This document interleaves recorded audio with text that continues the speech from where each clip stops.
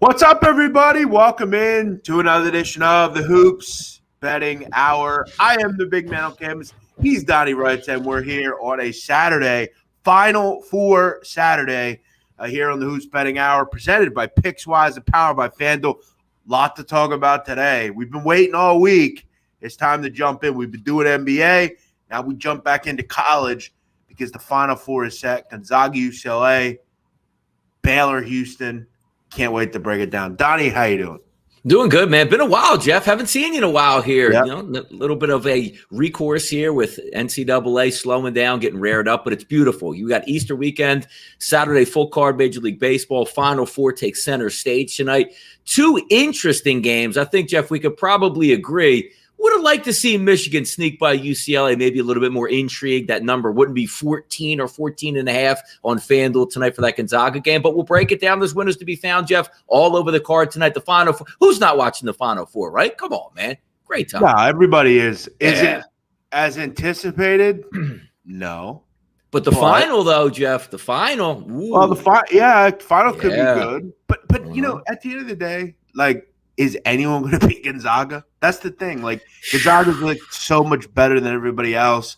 It really doesn't matter what you do. But yeah, I would have liked to have seen Michigan. But hey, you know, Mick Cronin maybe has a rabbit up his hat. You know, at the end of the day, he's beaten a lot of teams that I don't think he should have beaten. So we'll get into it. But how's your week been? Baseball's been it's been a fun start to baseball for sure. It's nice having it back in our lives, Jeff, because you know we cap Major League Baseball, and it only takes 3 or 4 games where you say, "Wow, there's the bullpen. Wow, the starting pitcher's not what I thought it would be. This team can't hit." Or, "Ooh, look at this team. I didn't expect them to hit." It's welcoming back in our life, and also, Jeff, how about this?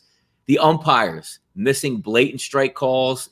Robo-umps are needed. The same stuff we talk about in years past, all rush back in the first 24 hours of baseball. But it's great to have it back in our lives, man. I'm excited for it. It's a great time of year.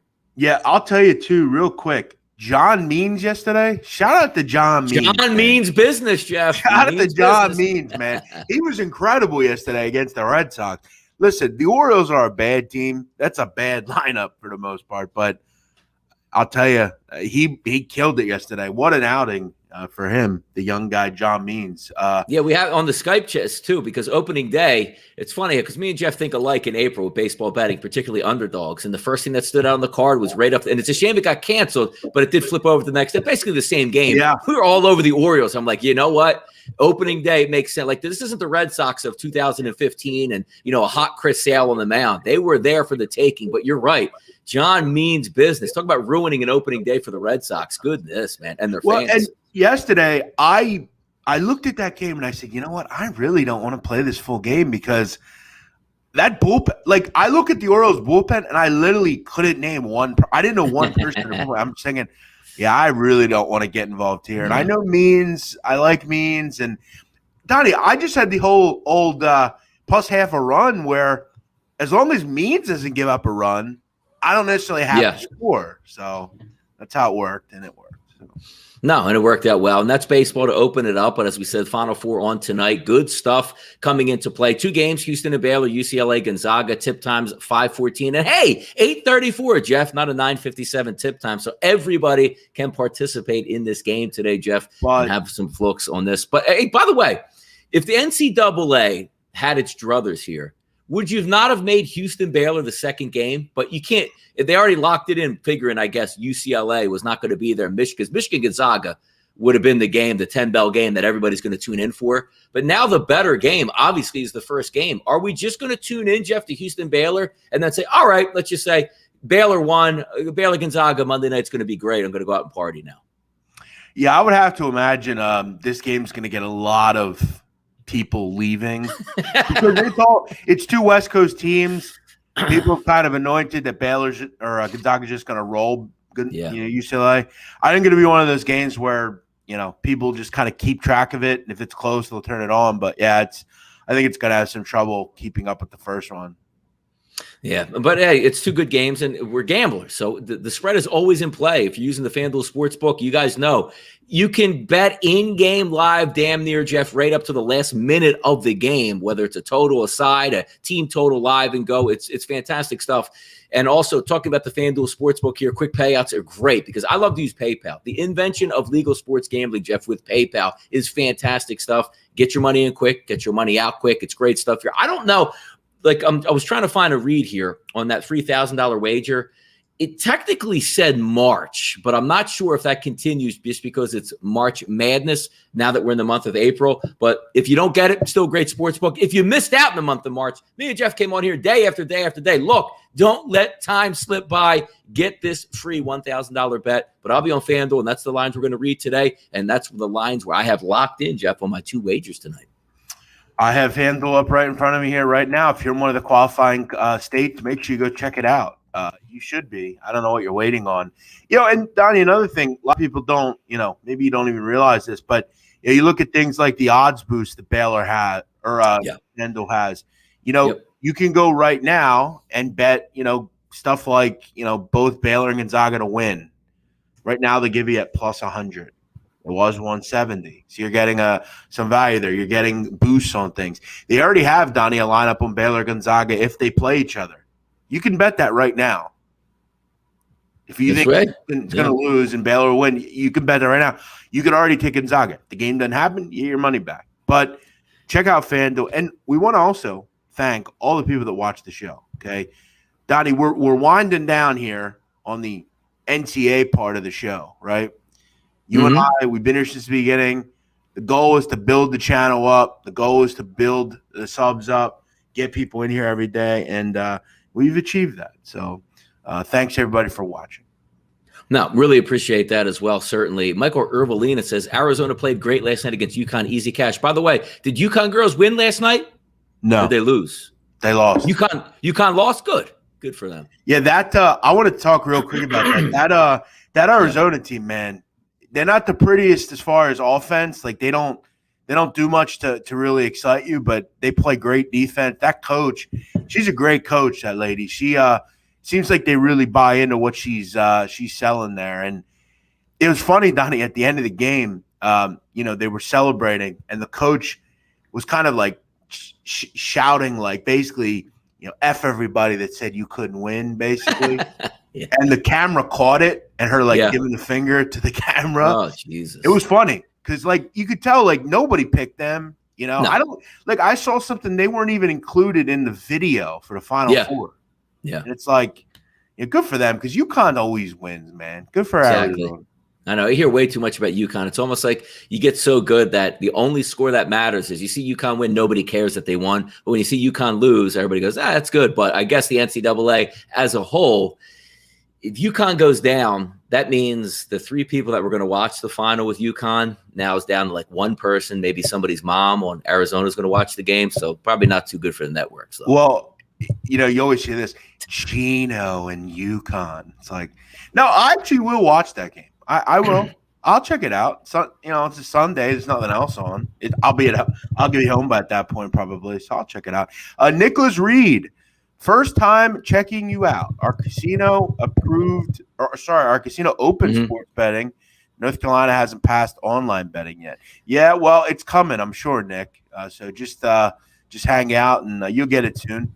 That's a great day for you when you get the passage of sports betting. We've had it here for some time. We were live. Me and Jeff were live because Jeff's just over the bridge in PA, and I'm in the New Jersey side. And I remember the day we went live where we did a show at 10 a.m. in the morning, and a verdict was due from the Supreme Court at 10:15, and they approved New Jersey gambling. And it was just boy, this is going to open everything up. The content's going to flow. That was only a couple years ago, but it is a great feeling.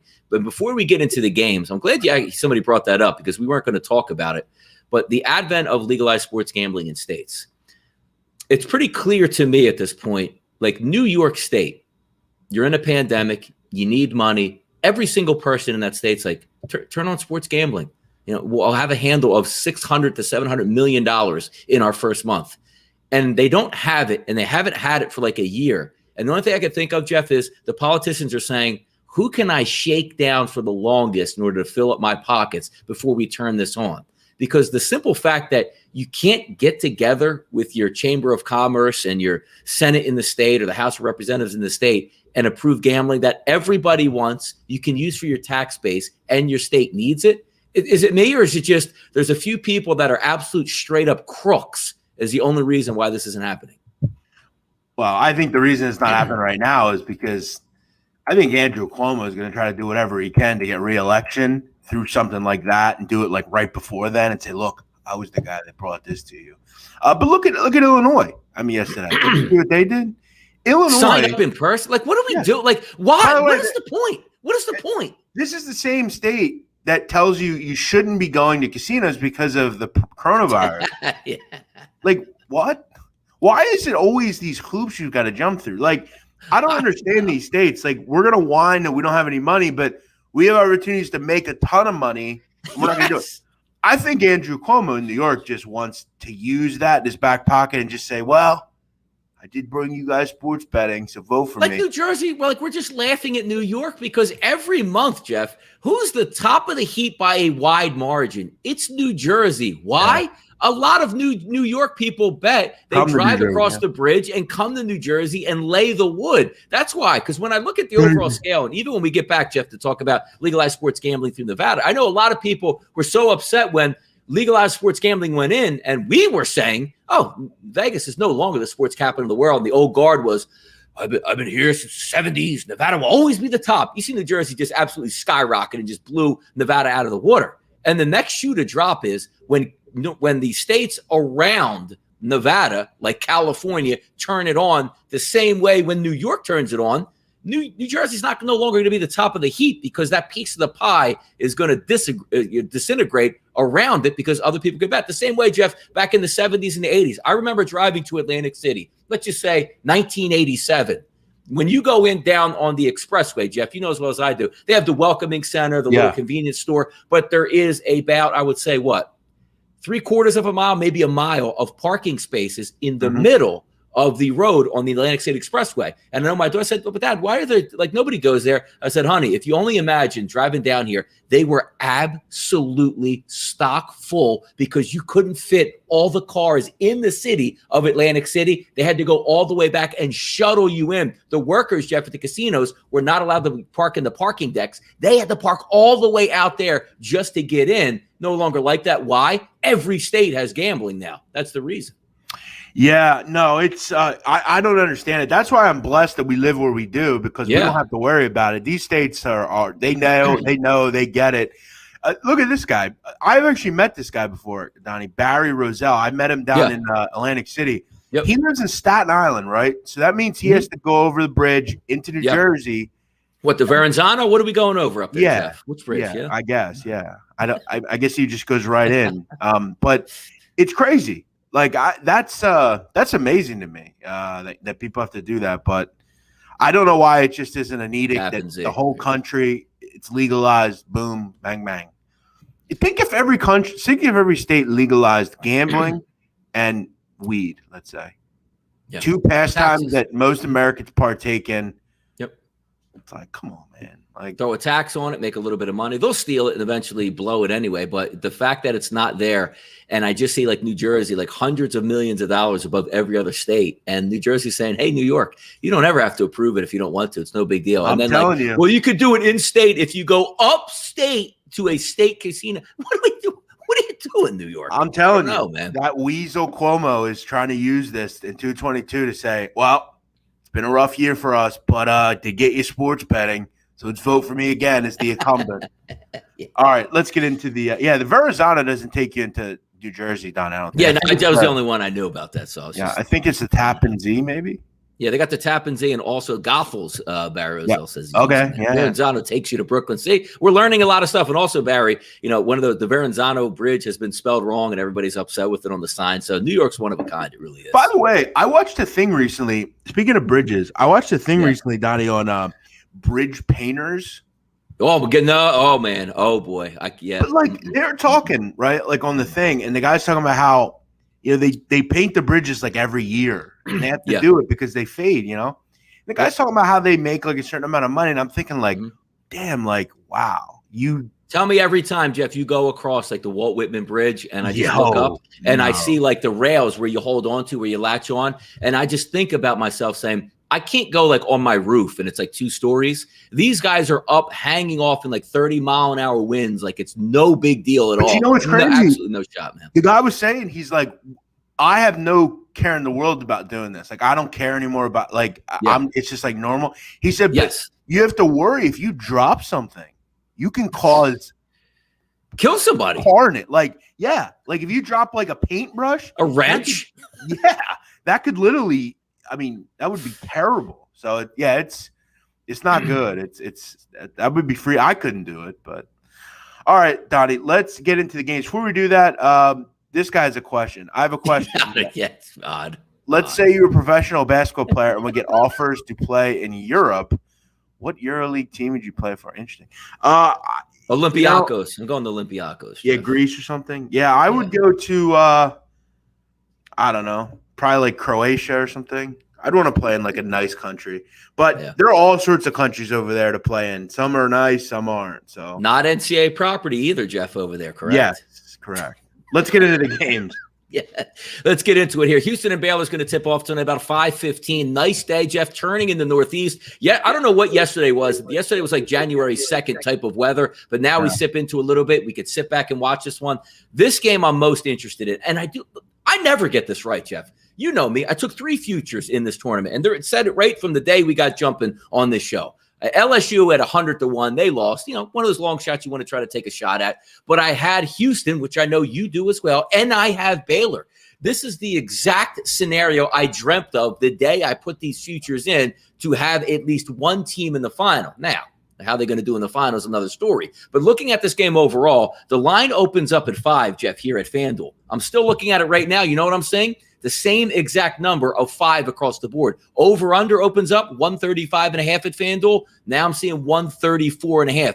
When you look at these teams, to me, Jeff, just to set the table, they're very similar to me. Rabid on defense, elite three-point shooting from some of their guards. But I do think Baylor is just a little bit of a notch up. Of course, they play in a better conference than Houston does. But Houston has done some damage all the way through. They are going to be feisty in this game. But from an perspective of me looking at these two teams, I do actually think Baylor wins and moves forward, as I figured they would play Gonzaga before the tournament started. That was my 2 teams I thought would get to the final. Now, we're trying to pick on a point spread and what actually makes sense in this game, Jeff. Is this the game that Houston, as we look, one of the teams that fouls the most in college basketball at a pace of 332 in the country? What do you have, 357 total college basketball teams? Does that catch up to them here? The way I'm looking in this game, because I do think Baylor does win, I have Baylor first half, Jeff, -2.5 to be up a few points at the half here. Secondarily, I know you look at this as well as I do. 2 foul participation, Jeff. Houston, 306th in the country. Look at Baylor, 101. So maybe if you get 2 fouls on Davion Mitchell, he doesn't go to the bench in the first half, where if you get 2 fouls on Quentin Grimes, he's going to the bench. It's a close game. It's razor thin. That's the way I'm looking at it. How about you in this game? Yeah, I think it's really going to come down to, basic enough, who makes shots. I mean, both these teams really take away the middle and the front court. You're really not going to be able to get in and do what you want around the rim. Now, here's the good thing for Houston. Houston is an elite offensive rebounding team, which we've seen in this tournament. They don't necessarily have to make every shot because they're so elite on the offensive glass. And that's where Baylor's going to struggle. Baylor's a really poor defensive rebounding team.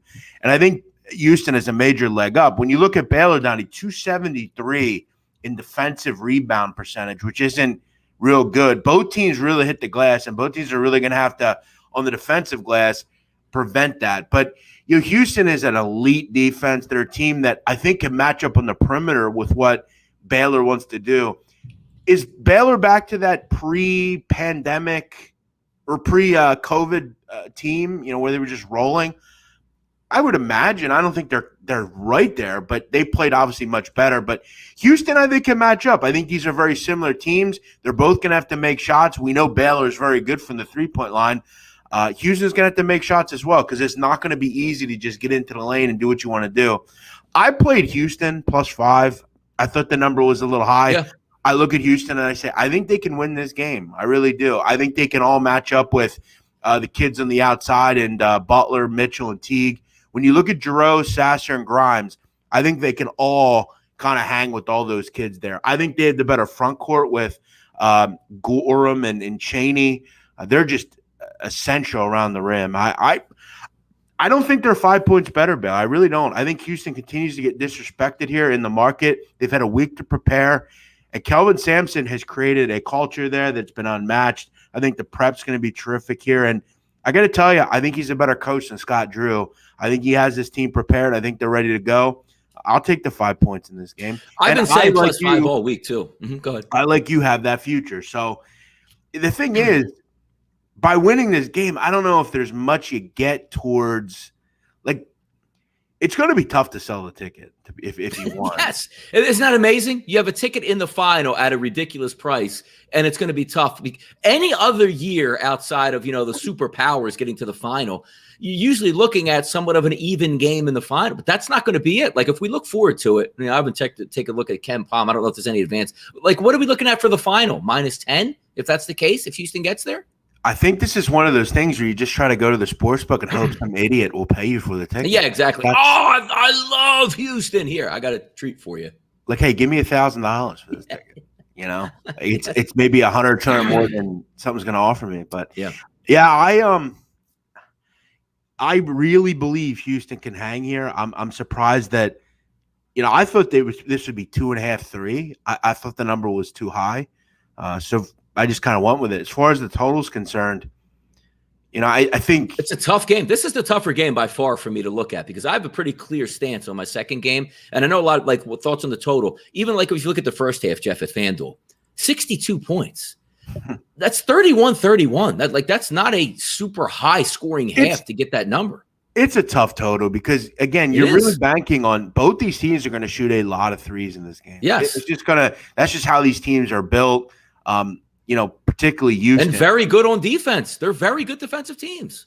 I'll tell you, I would honestly, if I was going to play this game and I was dead set on being involved, I would almost look at if I'm going to take a total, I would almost play with the point a little bit where you can get maybe 3 or 4 points higher to get a plus money number. And maybe, because if it's going to go over, it's going to either go way over or way under. I think I would look at it this way, Jeff. First half, like if I'm looking at this game tonight, Final Four. Now it is in a dome, but I try to explain it to people. Like Syracuse, Jeff plays in the Carrier Dome, but they don't put the basketball court like in the middle of the stadium, like 40-yard line to 40-yard line, and everybody circled around. The Carrier Dome is somewhat cut in half, where instead of having 65,000, you have like 35,000. That's the way it's set up. Now, there's not going to be a lot of fans in the stands, but it's not that true dome atmosphere. Like, we see the games where they used to play down in Jerry World, that massive aircraft carrier, and it's like, oh my God, if you're sitting in the upper deck, you need binoculars to see the court in the middle. Not really the case here, but for me, I would look at an under in the first half, even though it's so low at 62, and then an over for the full game, if that makes sense, because I think they will get comfortable. I won't be surprised, Jeff, that 13 minutes into this game, it's 7-6. Yeah, I mean, the optics will be a little different for sure. I will say, Donnie, too, has the metrics who, I look at Ken Palm, both these sites have this game at 1. Why? I always find it interesting. What do you mean 1? Like what the final score is? Like, 72-71 and I do see that. Okay. Yeah. Yep, so it's like, I guess when I looked at this game, I thought it would be a little lower as well. What are the books seeing that I'm not? Like, I don't really, I'm kind of not understanding this. Like, maybe they're just undervalued, Houston. I mean, I guess people are looking at them saying, well, they didn't beat anybody to get here, which doesn't matter. They're here. That's not an optical way to bet this game. Oh, they didn't play anybody, but they're here. So and that doesn't matter. They're here. It's a tough game. It's like because we do shows, and obviously there's only 2 games on the card. We're going to break them both down. And I did take, as I told you already, Baylor first half -2.5 just to be up by a couple points. But looking overall, I've been saying all week, I do like Houston to stay inside this number. I do have a Houston ticket, but I also have a Baylor ticket as well for the final for me to cash because we're sitting on these plus 2,100 numbers. But I don't even know if that's a viable final against Gonzaga. Like the joke you made, like I imagine having a Houston ticket at plus 2,100 and they're in the final and you're like, hey, who wants to sell this ticket? You should have a line like, dude, I'll give you at least, $800 for that ticket. But now you're saying, oh, they got to beat Gonzaga straight up. And I was like, yeah, I'm good with that. Even though the price is $2,100, way better than what you would get tomorrow. I think what you have to hope for is Sunday. Probably just keep the ticket and hope that Gonzaga goes down at some point. Mid-game, yes, that's the only way. Yes, correct. Yeah. And that's, I think, kind of your avenue out of it. But yeah, good luck with that. It's tough. You didn't really think you'd ever get here where this is kind of the predicament you're in. But man, we picked it perfect, Jeff. Like we damn near picked it perfect. And all we kept saying all tournament long, which is, again, the favorite was Gonzaga by a wide margin. We agreed on that. Everybody agreed on that. But you were hoping maybe like, hey, you got to play every other night. You get tripped up somewhere. You don't play that well. Somebody plays great and knocks you off. And it's not even close to happening. I'm not going to lie. I did, and you had to wager a decent amount for it to even matter. But I did wager a little bit on Gonzaga when they're plus 125 to win the title. So it's not terrible, but I mean, yeah, you're painted into a corner. What you need to hope for, Donnie, and this is what you and I have been talking about. We need to hope UCLA pulls a rabbit out of the hat and beats Gonzaga somehow. Because if we were talking about before, like with Michigan, I was like, well, all right, they still got to beat Michigan, and Michigan can step their game up. Great coaching. They can hit shots. Michigan didn't even make it in. So I'm like, oh my, like, come on, man. At least somebody help Gonzaga out here. Try to get the perfect situation would be Houston win, and with 4 minutes to go in Gonzaga, UCLA, they're up 12. A couple ankle injuries or something. Yeah. Oh yeah, or that. Which we're not going to say we don't want people to get injured, like mangled, but maybe if they're not healthy for the final, okay. Yeah, like concussion or something. Yes. You will recover, you will be fine. You're just not going to be 100% for Monday. That's all we're saying. Hey, UConn lost last night. True. It's not impossible. Yeah, it's going to be tough sliding on that. But how about over under in the game, Jeff? 134.5. Again, these numbers seem right on target, and they didn't move that much all week. So a lot of people that look at these lines in any sport, usually you have that thought process like, oh, I really like this. This game has simmered all week, Jeff, and I've been flip-flopping back and forth on side and total all week long on this game, and finally was able to come and say, look, hey, I think Baylor is going to win the game. I don't think Baylor's going to be down like they were down to the half against Villanova. In the other games, Baylor was very good in the first half. Outside of that game, I think they control the pace, and we're trying to look for little things outside the box. So maybe the 2-foul participation comes back to bite Houston in this game, but we're really grasping for straws at where we see the added advantage in this game. Maybe Houston, who does foul more to pace than Baylor does, if that's that little incentive, but it's going to be a really good game to watch and a fun game to watch tonight.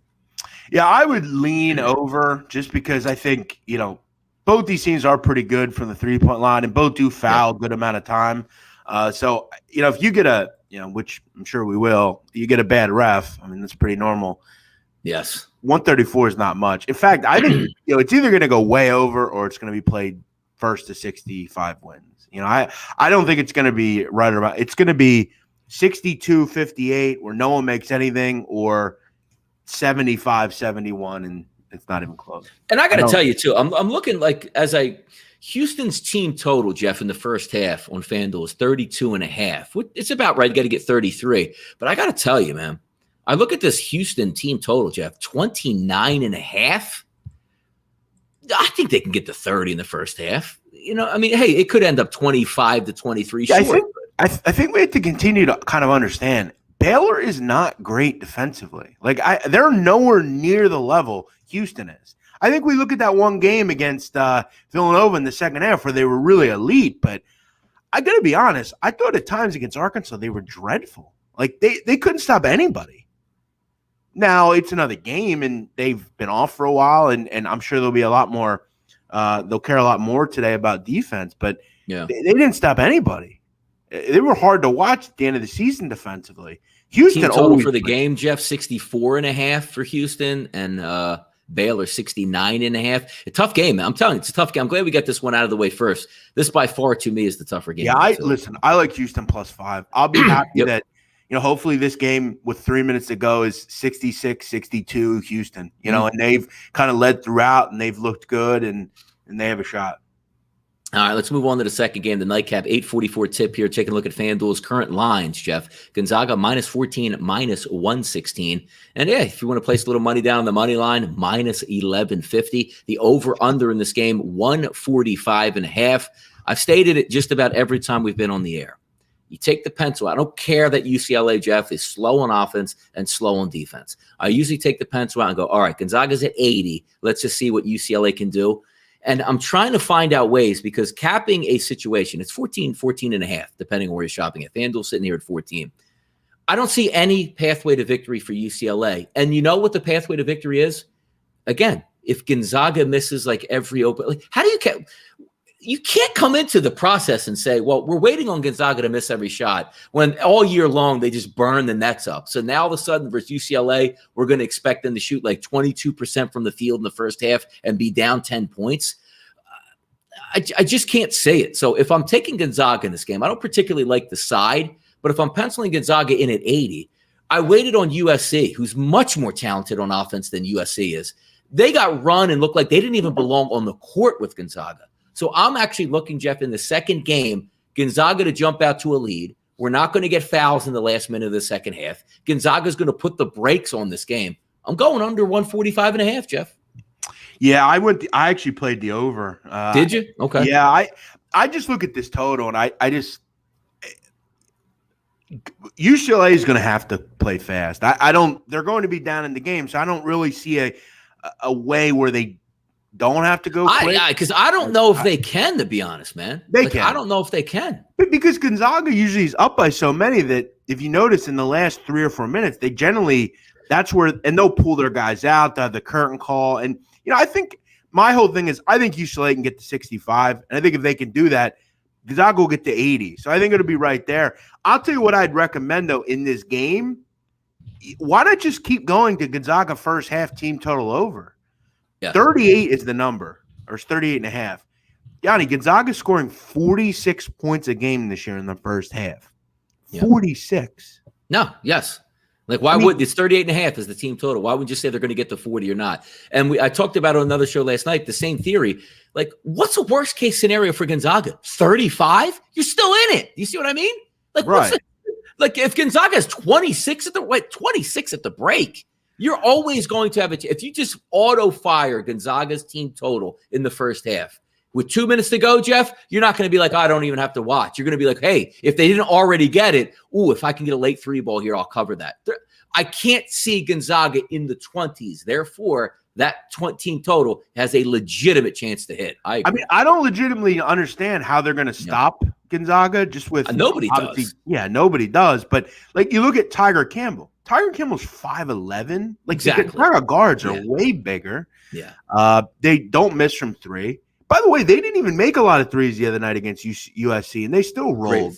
Great. I'm glad you brought that up. We were talking about the game coming into a Gonzaga USC and saying, well, Gonzaga's not a volume 3-point shooting team. So if you're betting USC, go, hey, one of the best 2-point defenses inside the arc we've ever seen, Jeff, in college basketball. They almost hung 50 in the first half, and they hit like 1 3.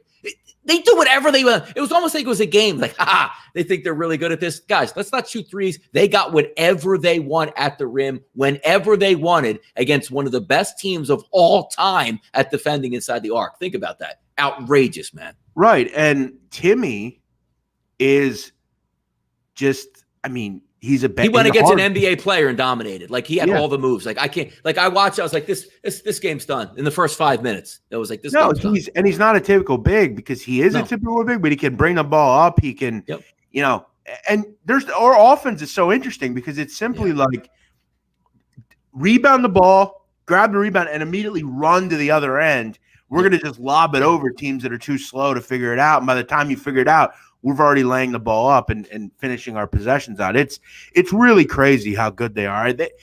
I think at this point, they're the best offense I've ever seen at this level. And Mick's a great coach. He's a guy that I think will have some great preparation here. But, this is, I think, where the no depth in the front court for UCLA really catches up. I've talked before. They don't have Jalen Hill. They don't have Chris Smith. They haven't had them all year. Riley is look, he's played well, but this is a different animal here. This is an adept, savvy post player in Timmy who I mean, he's just so good at getting the ball out of his hands if he's doubled, or he doesn't even get doubled because he's so quick to get to the rim before he can get doubled. Ken says Gonzaga wants to be known for the greatest NCAA season in history, winning your last 20 games with 10 points. I don't think they care that much. I think if they win it, they'll just be crowned. Then nobody would remember how many games. They would just say, "Damn, they blew everybody out." I mean, they won really every game. Yeah. I think that's way. They just want to win every game. I don't think it's crazy. Like, I bet if you asked Mark Few, he wouldn't even know that. Like, their goal is just win. Like, they just happen to be way better than everybody else. Yeah, Nuke Worker, by the way, if the point is so valid, Jeff, read Nuke Worker's comment there. It's exactly. If UCLA do this, if UCLA do that, yeah, no, I hear you. That's what you can't, like, that's my whole premise on this. Like, we're actually thinking of, Jeff, well, if Johnny Juzang gets 34 and nobody hits shots for Gonzaga, like, that's how we're looking at this game, legitimately. Like, I think when you break a game, then you're always kind of looking at all sides, but that's really what they have to do. And Juzang has made a lot of shots that he probably shouldn't have made. Yeah. I mean, luck box. Yes. This is a total luck box team, like totally. I hate to be kind of one-sided here. I don't see a predicament where UCLA even hangs. And I think for the total, as I said, I think that's concerning because, Donnie, you're really banking on the fact that you got to hope Gonzaga doesn't get to 80. I think if they can get to 80, there'll be enough possessions where UCLA has like 5 minutes to go where they're just – at 60-ish, and they got to get to 67, and this game goes over.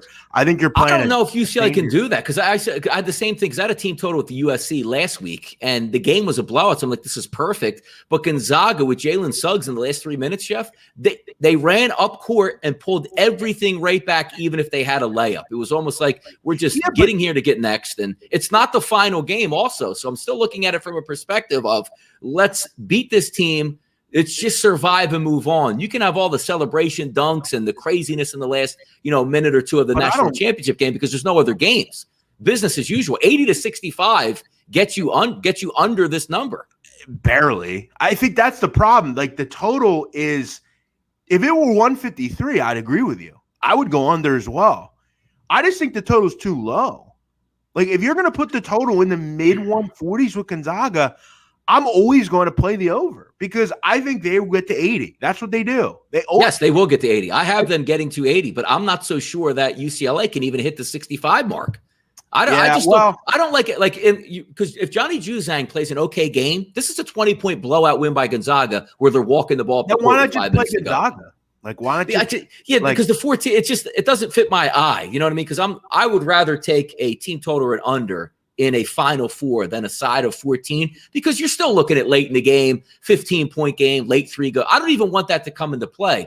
I'm looking at it saying Gonzaga can get to 80, and I think they can. I just don't trust UCLA. Like, I look at the games that UCLA has played and use the eye test and go, I don't like their offense one bit. And then I look at games where, UCLA is by far the slowest team outside of St. Mary's that Gonzaga is going to play. And UCLA's only path to victory, if UCLA says, hey, let's go up and down, run it, it's 100-76 will be the final in this game if UCLA plays with tempo. Yeah, if UCLA gets in the pit, maybe they can have that Michigan-type game where it's a slug-out, knockout draw where that's their shot at winning. Yeah, look, I don't think they're gonna. I don't think the game plan tonight's gonna be, hey, let's go out and run with this team. Correct. Meaning, but yes. I think for the final 8, 7, 6 minutes, they're gonna have to do what they have to do, and I think that's where this total could have some issues. But if I had to play this game, I would be looking at Gonzaga. I would be looking at the over. I'd be looking at like the team total over in the first half. That's just been good money. We have to go back. I have to go back and look the last time they didn't hit the first half team total. Yeah. Bruchad says, "Settle down, Doug." Doug. Doug has literally wished you well wishes about 8 times. That's great. Look, man, people care about us, Jeff. They were worried. People were worried I wouldn't make it to the starting game. Like Doug will say, "Hey, Donnie, hope you're feeling good after the shot." Hey, Donnie, hope you're feeling well today after that. There you go. They need the winners, Jeff. They needed us to show up today and give winners, man. Donnie writes and says, "Settle down, Bruchad." There is Bruce. Hey, look at there's Bruce Shad's always on these chats. Listen, I've had some weird run-ins with him over the years. He's definitely a weird character, but Gabe coined that phrase and it's stuck with me for years now. I still remember the first time I heard that, where Bruce Shad was just in the chat, just saying also, kids, just sit down, Bruce Shad. Yep, stuck with me ever since. Every single show that he appears in, I have to say it at least once. Yeah, Bruce is an interesting character. No one's ever met him. He's just always around. Is that really his icon picture on there in the his face? I wouldn't. Got to be, right. He idea. He wouldn't fake it on there, would he? I mean, I don't think. I have no legitimate idea though. I've talked to him on the phone. He does kind of look like that guy, and sound like that guy would. Ken says, "Will a hot start UCLA give better a chance to make hay on an improved?" I mean, I think books are going to be stingy at giving anything. They're very stingy at flipping that around. You're right. Yeah. You could see, Jeff. What would you say? Like UCLA jumps out 9-1 at the first, TV timeout. That number is still going to be ridiculous high. Correct. Yes, they will. Yeah. Yep, that's what we're saying. I think you're going to have to see like 12-0 UCLA for that. With Timmy with 3 fouls and Suggs twisting his ankle. Yeah. Like it has to be ridiculous stuff. Yes.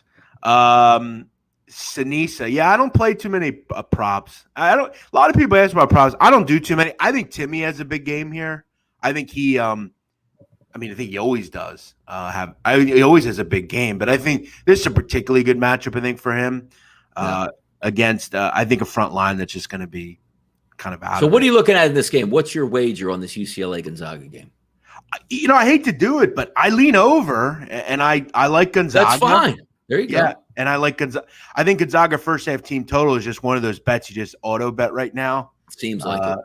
Because they get the 40 every first half, and it's like, or if they don't, they're going to be close. Like you're not going to get, man, they have 6 points at the 10-minute mark. That's not happening. That's not happening. I think the concern is that they just, because here's what I love about Gonzaga. UCLA will try to play slow, but Gonzaga will just punish them and turn it over, and they won't get to play slow. Like USC came out of the gate in the game they just played. I don't even know. It looked like they were like 5th grade basketball players just kicking the ball out of bounds off their own leg, turning it over repeatedly. Now, I don't know if UCLA is going to do that, but that Gonzaga has a tendency to make many teams look bad when they're not that bad. And I don't see a fluid offense. USC's offense is not fluid enough to beat Gonzaga. I'm sorry. I don't care what they do on defense. I mean, Donnie, you look at it in the first half in this tournament, okay? Can I go over what Gonzaga's done? Norfolk State, they had 43. Oklahoma, they had 46. Against Creighton, they had 43. And USC, they had 49. See? All way over. We'd have to go back into the regular season the last time they didn't score more than 38. I mean, they scored 46 points a game in the first half on average. Yes. I mean, I'll lean that they could do that in a game like this where I just think they're way better than the team they're playing. So we'll see who wins that first. The intrigue is in the first game. The second game is, I guess, you're just trying to get a look at maybe you find an advantage if somebody gets hurt and they got to turn around on Monday and they have a sore ankle, because we've seen it before in the final game. But other than that, I mean, we'll sit back, we'll watch. There's baseball on, and hey, maybe you get that little tweet that says, "Oh, UCLA 64-63 with 6 minutes to go," or something like that, and then everybody jumps on and tunes in. But I'll be hard pressed to find that out. If we're just waiting on Gonzaga having a bad game, maybe you shouldn't be gambling on it then. Yeah, I think you're just trying to grasp for straws at that point. Donnie, quickly before we wrap this thing up, have you looked at the diamond card today? Or no, not at all. I haven't even looked. After the show, I'm going to try to get through a couple things and see what's what. I will say it's lame. I've always thought this about baseball that was lame. Like they do this a lot. They did it last year, did it this year. Why do you have opening day then have a day off?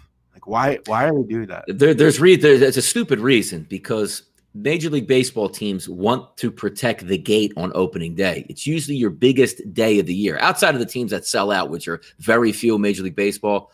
If you sold 45,000 tickets, you don't want that game to turn into a doubleheader in July, because you want the gate. So you're going to keep it from that next day off. So if you had the postpone opening day, you still get it the very next day. That's the only reason why. But in a COVID era where you can't get anybody in the ballpark, it's ludicrous they did it this year. So that's why. I mean, I'm going to keep saying this. Like, I don't know why on earth the Cleveland Indians are laying 175 to anyone. Like, that team suck.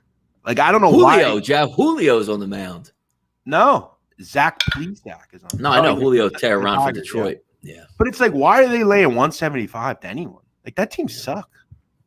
What's the Phillies? I didn't even take a look at the Phillies. Phillies are a good play today. I like them today against Zach Wheeler action. Yeah. Oh, that don't look right. Yeah, I like the Phillies, baby. Yeah. Why am I looking at that? Is that trap line? Am I looking at a trap here? What's going on?